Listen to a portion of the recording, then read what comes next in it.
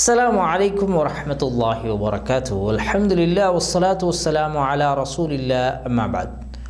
கணியத்திற்குரிய சகோதர சகோதரிகளே, நாம் இந்த ரமலான் மாதத்திலே முஸ்லிமின் வழிமுறை என்ற தலைப்பிலே செய்திகளை தொடராக பார்த்து வருகிறோம். அதிலே ஒவ்வொரு வகுப்பிலும் ஒவ்வொரு விஷயம் சார்ந்த தலைப்புகளில் செய்திகளை பார்த்து வருகிறோம். அதில் இன்றைக்கு நாம் பார்க்கவிருக்கின்ற தலைப்பு, அல்லாஹ்வினுடைய வார்த்தைகளோடு ஒரு முஸ்லீம் எவ்வாறு நடந்து கொள்ள வேண்டும். அல்லாஹ்வினுடைய வார்த்தைகளை பொறுத்த வரைக்கும் அது திருமறை குர்ஆன். அந்த குர்ஆனிலே அல்லாஹ் சுப்ஹானஹு வ தஆலா பல்வேறுபட்ட செய்திகளை, நடைமுறைகளை, சட்டதிட்டங்களை நமக்கு அல்லாஹ் சுப்ஹானஹு வ தஆலா நபிகள் நாயகம் ஸல்லல்லாஹு அலைஹி வஸல்லம் அவர்கள் மூலமாக அருளியிருக்கிறான்.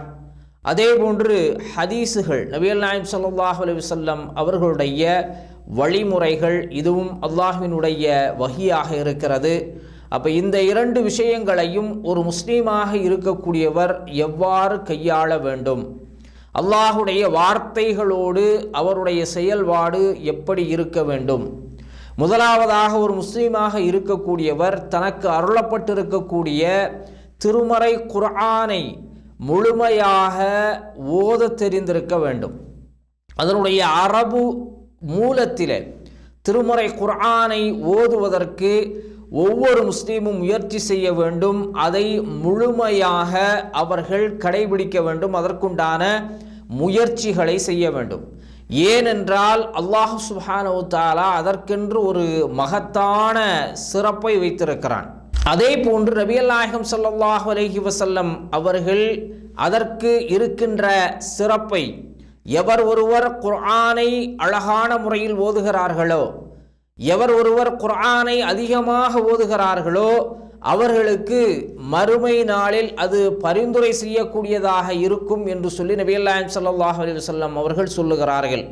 இக்ரஉல் குர்ஆன ஃபஇன்னஹு யஅதி யௌமல் கியாமா ஷஃபீஅன் லி அஸ்ஹாபிஹி.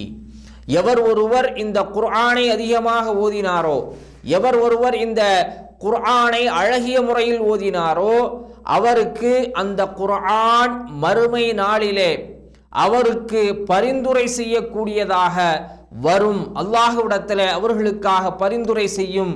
அவர்களுடைய பாவங்களை மன்னிப்பதற்கு அல்லாஹ்விடத்தில் போராடும் என்று சொல்லி நபிகள் நாயகம் ஸல்லல்லாஹு அலைஹி வஸல்லம் அவர்கள் நமக்கு குறிப்பிடுகிறார்கள். அதோடு மட்டுமல்லாமல் அந்த குர்ஆனை அரபு மூலத்திலே ஓதுவதோடு மட்டுமல்லாமல் ஒரு முஸ்லீம் நின்று விடக்கூடாது. அந்த குர்ஆனுடைய வசனங்களிலே, குர்ஆனுடைய வார்த்தைகளிலே என்ன அர்த்தம் பொதிந்திருக்கிறது, என்ன விஷயங்களை அல்லாஹ் சுப்ஹானஹு வ தஆலா அந்த குர்ஆனிலே சொல்லி இருக்கிறான் என்பதை அறிந்து அதன் அடிப்படையில் ஒரு முஸ்லீம் இந்த உலகத்திலே தன்னுடைய வாழ்க்கை பயணத்தை தொடர வேண்டும். குர்ஆனுடைய வாழ்க்கையாக அவருடைய வாழ்க்கையை அவர் மாற்ற வேண்டும். அதற்குண்டான முயற்சிகளை செய்ய வேண்டும். ஏன் என்று சொன்னால் நபிகள் நாயகம் ஸல்லல்லாஹு அலைஹி வஸல்லம் அவர்கள் சொல்லுகிறார்கள், அல்லாஹ்விற்கு மிக விருப்பமானவர்கள் யார் என்று சொன்னால் அஹ்லுல் குர்ஆனிஹும் அஹ்லுல்லாஹ். எவர் ஒருவர் அல்லாஹ்வினுடைய குர்ஆனின்படி நடக்கிறார்களோ, குர்ஆனுடைய உபதேசங்களை தன்னுடைய வாழ்க்கையில் பின்பற்றி நடக்கிறார்களோ, அவர்களெல்லாம் அல்லாஹ்விற்குரியவர்கள். அல்லாஹ் அவர்களை நேசிக்கிறான். அல்லாஹ் அவர்களுக்கு மக்ஃபிரத்தை வழங்குகிறான்.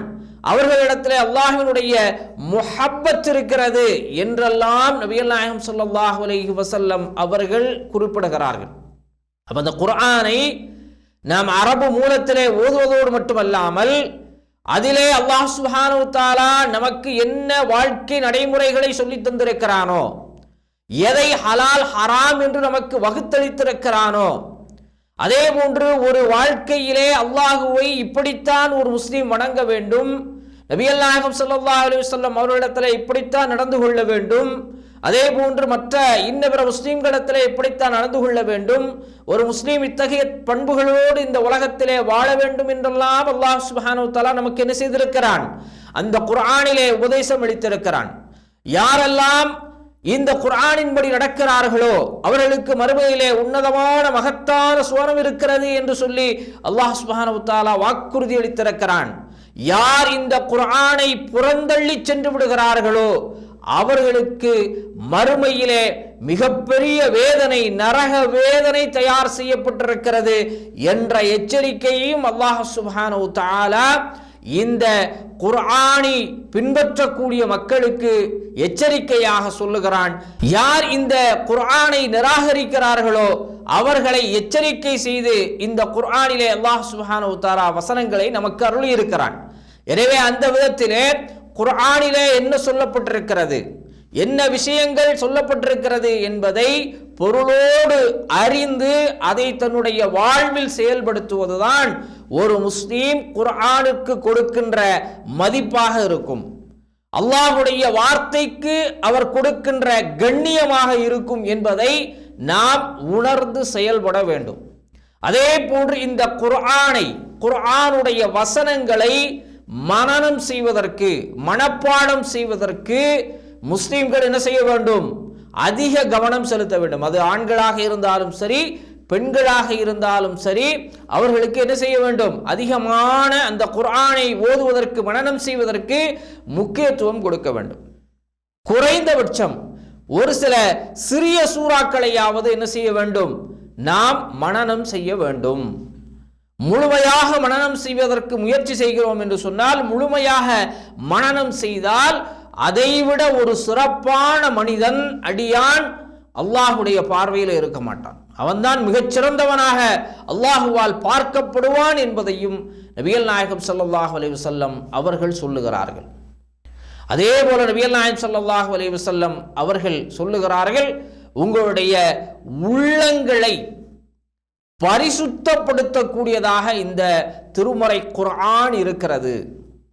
எவருடைய உள்ளத்தில் திருமறை வசனங்கள் மனனமாக இல்லையோ, குர்ஆனுடைய வசனங்கள் இல்லையோ, அவருடைய உள்ளம் இரும்பு துருபிடிப்பதை போன்று துருபிடித்து விடும் என்று நபிகள் நாயகம் ஸல்லல்லாஹு அலைஹி வஸல்லம் அவர்கள் இங்கே எச்சரிக்கை செய்கிறார்கள். ரசூல் ஸல்லல்லாஹு அலைஹி வஸல்லம் சொல்றாங்க, இன்ன ஹாதிஹில் குலூப தஸ்தஉ கமா யஸ்தஉல் ஹதீது இதா அஸாபஹுல் மா.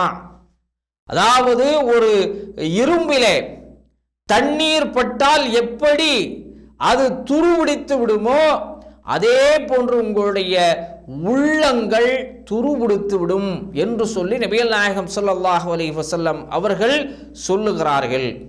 கீழ அப்பொழுது ரசூல் ஸல்லல்லாஹு அலைஹி வஸல்லம் இடத்திலே கேட்கப்படுகிறது, யா ரசூலுல்லாஹ், அல்லாஹ்வின் தூதர் அவர்களே, வமா ஜிலாஉஹா, அதை நீக்குவதற்கு என்ன வழி என்றும் நபிகள் நாயகம் ஸல்லல்லாஹு அலைஹி வஸல்லம் இடத்திலே கேட்கிறார்கள். அப்போது நபிகள் நாயகம் ஸல்லல்லாஹு அலைஹி வஸல்லம் அவர்கள் அதற்கான ஒரு தீர்வாக சொல்லுகிறார்கள், கஸ்ரத்து திக்ரில் மௌத் வ திலாவத்துல் குர்ஆன். நீங்கள் அதிகமாக மரணத்தை நினையுங்கள், குர்ஆனை அதிகமாக ஓதுங்கள். அதிகமாக என்ன செய்ய வேண்டும்? திருமறை குர்ஆனை நீங்கள் திலாவத் செய்து கொண்டே இருங்கள்.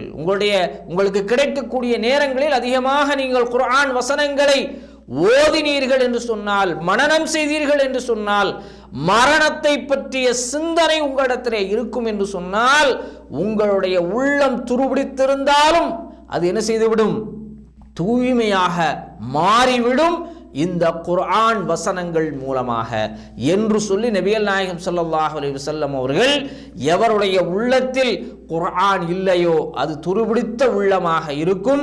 அந்த துருபிடித்த உள்ளத்தை நாம் சுத்தம் செய்ய வேண்டும் என்று சொன்னால், அதிகமாக இந்த திருமறை குர்ஆனை ஓதி உள்வாங்கி மனனம் செய்து அதன் அடிப்படையிலே நம்முடைய வாழ்க்கையை நாம் நடத்துகிறோம் என்று சொன்னால், நம்முடைய உள்ளம் எப்படி இருக்கும்? பரிசுத்தமான உள்ளமாக மாறிவிடும் என்று சொல்லி நபிகள் நாயகம் ஸல்லல்லாஹு அலைஹி வஸல்லம் அவர்கள் நமக்கு சுட்டி காட்டுகிறார்கள். அதே போன்று அல்லாஹுடைய திருமறை குர்ஆனை நாம் இன்றைக்கு பிரதிகளாக வைத்திருக்கிறோம். இந்த பிரதிகளுக்கென்று நாம் கண்ணியம் கொடுக்க வேண்டும். ஒரு சாதாரண ஒரு புத்தகத்தை போன்று அல்லாமல் இந்த திருமறை குர்ஆன் அல்லாஹ்வினுடைய வேதம், அல்லாஹ்வினுடைய வார்த்தைகள் என்பதிலே கவனம் செலுத்தி அதற்கு தகுந்த உயரிய மரியாதையை நாம் என்ன செய்ய வேண்டும்? கொடுக்க வேண்டும். அதே போன்று திருமறை குர்ஆனை நாம் ஓதுகிறோம் என்று சொன்னால், அந்த ஓதக்கூடிய அந்த நிலையை ரசூல் ஸல்லல்லாஹு அலைஹி வஸல்லம் சொல்றாங்க. நீங்க அவசரப்பட்டு என்ன செய்யாதீர்கள்? குர்ஆனை ஓதாதீங்க. அவசரப்பட்டு ஓதிட்டு போதாயின், நிதானமாக நிறுத்தி நிறுத்தி பொருள் உணர்ந்து நீங்க என்ன செய்யுங்க, திருமறை குர்ஆனை ஓதுங்கள் என்று சொல்லி நபிகள் நாயகம் ஸல்லல்லாஹு அலைஹி வஸல்லம் குர்ஆனை எவ்வாறு ஒரு முஸ்லீம் கையாள வேண்டும், அதை எப்படி ஓத வேண்டும் என்பதை ரசூல் ஸல்லல்லாஹு அலைஹி வஸல்லம் அவர்கள் நமக்கு சொல்லி காட்டுகிறார்கள். அதே போன்று நபிகள் நாயகம் ஸல்லல்லாஹு அலைஹி வஸல்லம் அவர்கள் சொல்லுகிறார்கள், ஸய்யினுல் குர்ஆன பி அஸ்வாத்திக்கும், உங்களுடைய குரல்கள், அழகான குரல்களின் மூலமாக குர்ஆனை நீங்கள் அழகாக ஓதுங்கள், அழகிய ராகத்துடன் ஓதுங்கள். குர்ஆனை ஓதும்போது நாம் கரடு முரடாக ஓதாமல் அழகான குரல், நமக்கு எந்த அளவிற்கு அழகான முறையில் ஓத முடியுமோ அந்த விதத்தில் நாம் என்ன செய்ய வேண்டும், இந்த திருமறை குர்ஆனை ஓத வேண்டும். ஏனென்று சொன்னால் நபிகள் நாயகம் ஸல்லல்லாஹு அலைஹி வஸல்லம் அவர்கள் பிறர் குர்ஆன் ஓத, அன்றைக்கு இருந்த சஹாபாக்களிலே யார் குரல் வளமிக்க சஹாபாக்களாக இருந்தார்களோ அவர்களை குர்ஆன் ஓத வைத்து அதை அதிகமாக செவியேற்கக்கூடியவர்களாக நபிகள் நாயகம் ஸல்லல்லாஹு அலைஹி வஸல்லம் இருந்திருக்கிறார்கள். குர்ஆனை அழகாக ஓதுவதை கேட்பதையும் அதே போன்று நபிகள் நாயகம் ஸல்லல்லாஹு அலைஹி வஸல்லம் அவர்கள் ஓதுவார்களேயானால் அழகான ராகத்தோடு நிறுத்தி நிதானமாக ஒவ்வொரு வார்த்தை வார்த்தையாக நபிகள் நாயகம் ஸல்லல்லாஹு அலைஹி வஸல்லம் அவர்கள் குர்ஆனை ஓதுவார்கள் என்று சொல்லி சஹாபா பெருமக்கள் இந்த அறிவிப்பை நமக்கு கொடுக்கிறார்கள். ரசூலுல்லாஹ்வுடைய குர்ஆன் ஓதக்கூடிய தன்மை எப்படி இருந்தது, அழகிய குரலிலே ஓதுவார்கள், நிறுத்தி நிதானமாக ஓதுவார்கள் என்றெல்லாம் நாம் ஹதீஸ்களின் மூலமாக பார்க்கிறோம்.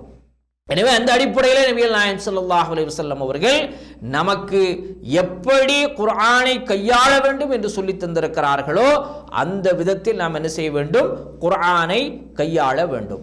அதே போன்று நபிகள் நாயகம் ஸல்லல்லாஹு அலைஹி வஸல்லம் அவர்கள் சொல்லுகிறார்கள், குர்ஆனை நீங்கள் ஓதக்கூடிய நேரத்திலே அதற்குரிய மதிப்போடு நீங்கள் என்ன செய்ய வேண்டும், ஓத வேண்டும். அதற்கு கொடுக்கக்கூடிய கண்ணியத்தோடு நீங்கள் என்ன செய்ய வேண்டும், குர்ஆனை ஓத வேண்டும்.